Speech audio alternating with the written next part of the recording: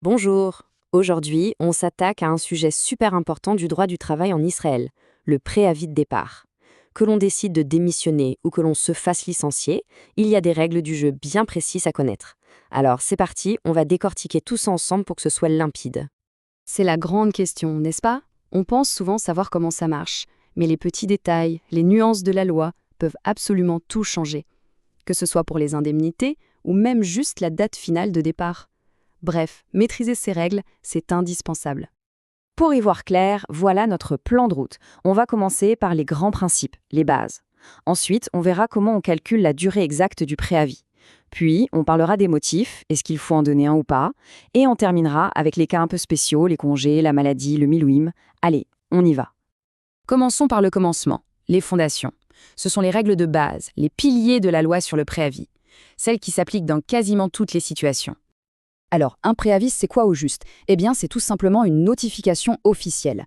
Et le mot le plus important ici, c'est écrite. La loi l'exige, que ce soit l'employeur qui mette fin au contrat ou l'employé qui s'en aille. Une simple annonce orale, ça ne compte pas. Et voici quelques règles d'or à bien avoir en tête.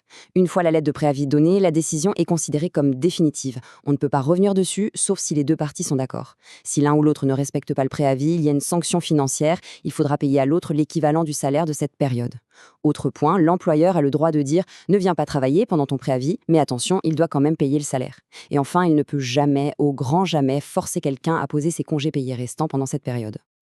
Bon, on arrive maintenant au nerf de la guerre, le calcul de la durée. Combien de jours exactement? La réponse, en fait, elle dépend surtout de deux choses. L'ancienneté, bien sûr, et le type de salaire. On va voir ça, c'est plus simple que ça en a l'air. La toute première chose à faire, c'est d'identifier si le salaire est mensuel ou horaire.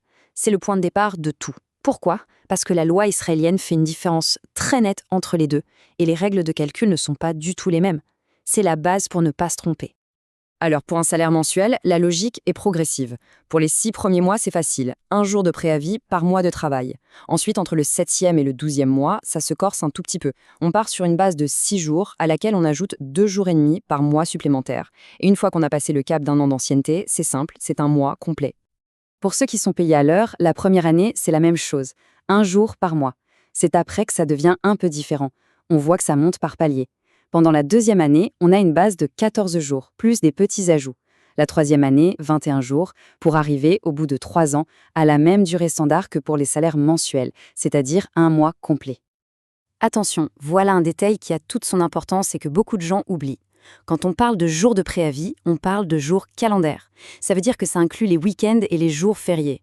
Un préavis de 30 jours, ce n'est pas 30 jours de travail, mais bien un mois, de date à date. C'est une erreur classique qui peut tout changer sur la date de fin de contrat. Une autre question qui revient tout le temps, celle du motif. Est-ce qu'il faut absolument justifier sa décision? Que l'on soit celui qui part ou celui qui licencie, la réponse est super importante et elle est bien sûr encadrée par la loi. En principe, la règle générale est très claire et elle est la même pour tout le monde. Ni l'employeur ni l'employé n'ont l'obligation légale de donner une raison.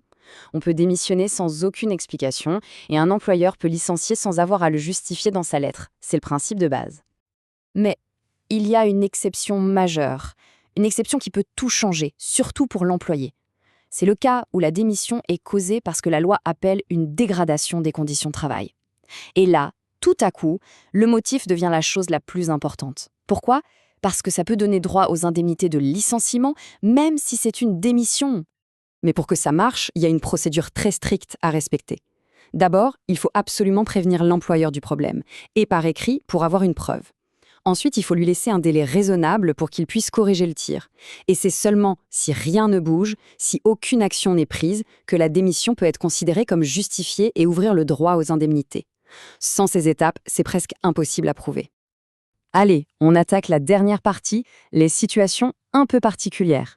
Parce qu'un congé, un arrêt maladie ou un appel pour le service de réserve militaire, le fameux milouim, eh bien tout ça, ça peut venir perturber le déroulement normal du préavis. Pour les congés payés, la règle est simple. L'employeur n'a pas le droit d'imposer de les prendre pour, disons, vider le stock.